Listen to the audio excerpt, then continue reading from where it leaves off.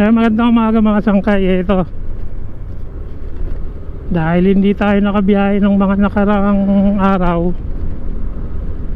ngayon biyahe tayo ulit. Medyo na-injury kasi tayo sa sa tuhod.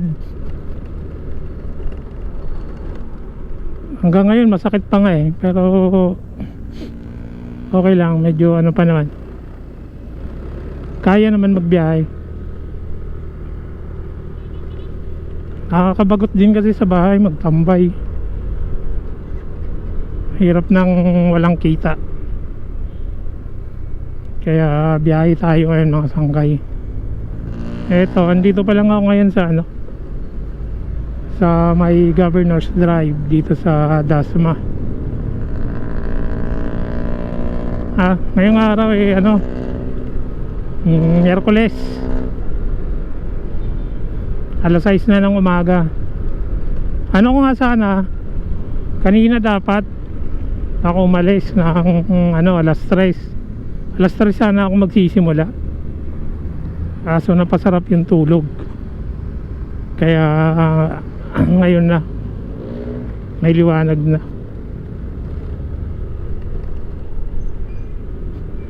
Saka kahit ganong oras din naman, wala rin masyadong pasahero dito sa Cavite. Ang gawa nito, dito nga ako umalis, wala naman nakapasok. Bali gapang-gapang lang ako dito konti.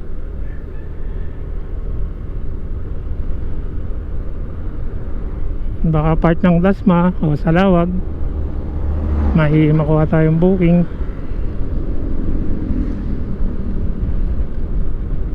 Sige mga sangkay, mamaya naman. Mga sangkay, nakakuha tayo ng pasahero natin, 374. Kaso papunta siya ng Tagaytay. Pero kinuha ko na rin, maaga pa naman, 374. Puntahan na natin mga sangkay.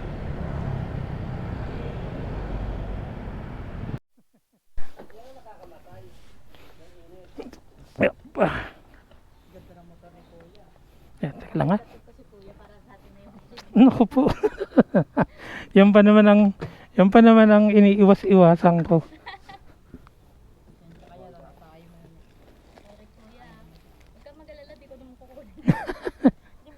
Sige, ilagay mo rito. Bita mo kuya kung tatakbo para labigin.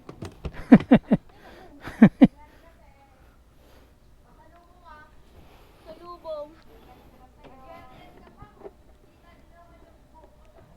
Wala kang pake. Kuya, medyo bilisan po natin. Tignan natin ma'am yung kalsada. Kung maluwag saka tayo makabilis, baka mamaya matraffic tayo, may traffic. Taas naman ng... Sige lang. Maliit lang ako. Okay na po. Sige. Saan ba ito banda sa Tagaytay? Yung dun po sa may NBI, papasok. Okay. Pinakamagandang babae. Maloko rin si kuya. Kuya, sa may malapit sa NBI kuya.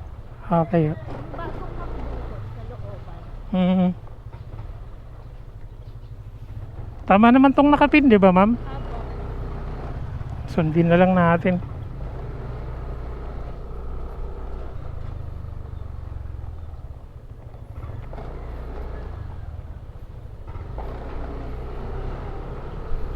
Ma'am, okay lang po ba? Nakikita kayo?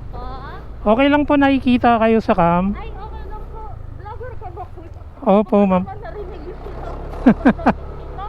Hindi yun. Naka-record din naman. Joke lang naman yun. Alam naman natin na joke yun. kuya. Wala pa naman akong ayos. Makikita man na lang yun pag na-upload. Sige kuya, pa-follow kita para makita ko yan. Pero taga dito ka lang din po. Taga Bulian ako. Kumbaga renter ako dyan sa Bulian. Hindi ka na lang kuya kumuha ng sarili mo. Dati dito nag-rent kami rito doon sa may sa may Zone 9 nata yun, malapit sa creek. Umalis kami dyan kasi Tubig. maliban, meron naman tubig. Okay naman yung tubig. Kaso nga lang, ang problema, yung bahay, minsan pinapasok ng cobra. Oo, nakailang Nakailang cobra kaming napatay sa loob ng bahay, dalawa. Nakatakot ko man din yun, tapos may anak ka kuya. Wala. Kala ko may mga bata ka. Wala. Buti na lang wala. Kaya yun nagdesisyon ako na lumipat ako ng Bulihan. Dito lang yun. Oh, doon. Hindi, yung doon sa inyo, papasok sa kanan. Apo. Sa may kanan, papunta doon, sa looban doon. May medyo bukid-bukid pa. Oh, bukid-bukid. Kaya ganun. Saka ano dyan, amoy baboy. Kasi yung pegiri dito. Dapat yung mga dito sa baba-baba. Kaya nga eh. Dito. Kaso wala lang tubig na dito kasi. Wala na, hindi kagaya ng dati. Oo kuya. Dati kasi hindi nawawalan eh. At tawag ko dito. Simula nung 4 years high school ako, nawala na ng tubig dito. Mm. 2016? Oh, Oo. Wala na talaga. Iba na kasi ano na. kasi nag-rent kami dyan,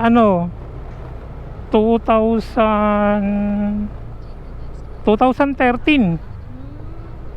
Wala na ngayon kuya. Diba dati ang lakas ng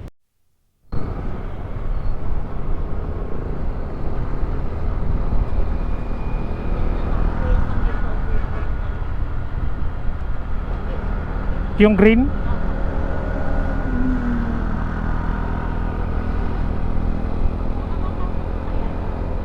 Depende kung pwedeng papasukan. Meron bang pasukan dito? Pwede. Pwede naman. Hindi tayo makapasok kung hindi kasya. kasi yan po. Nakapasok nga dito po. Oo nga, di ba? Doon pa? Apo pa. Yan.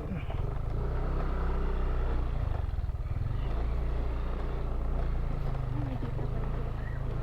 Yung pong gate na yan. Ito to? Apo. Okay.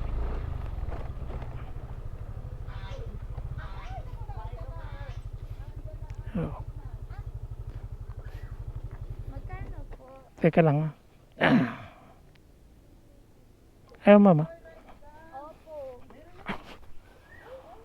374. Hindi ako marunong mag-drive yan na. Yeah. Bangga ko.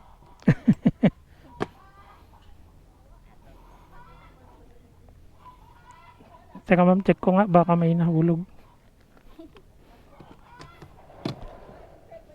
Okay, wala naman. Tulog pa si auntie na?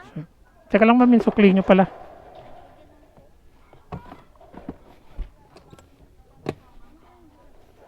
Asan po sila ate? Ah. Saan ba sa Batangas yun na? Ah. Tagaytay. Ito, ma'am. Lang pala eh. Okay, thank you po. Ingat po yan. Salamat. Yeah.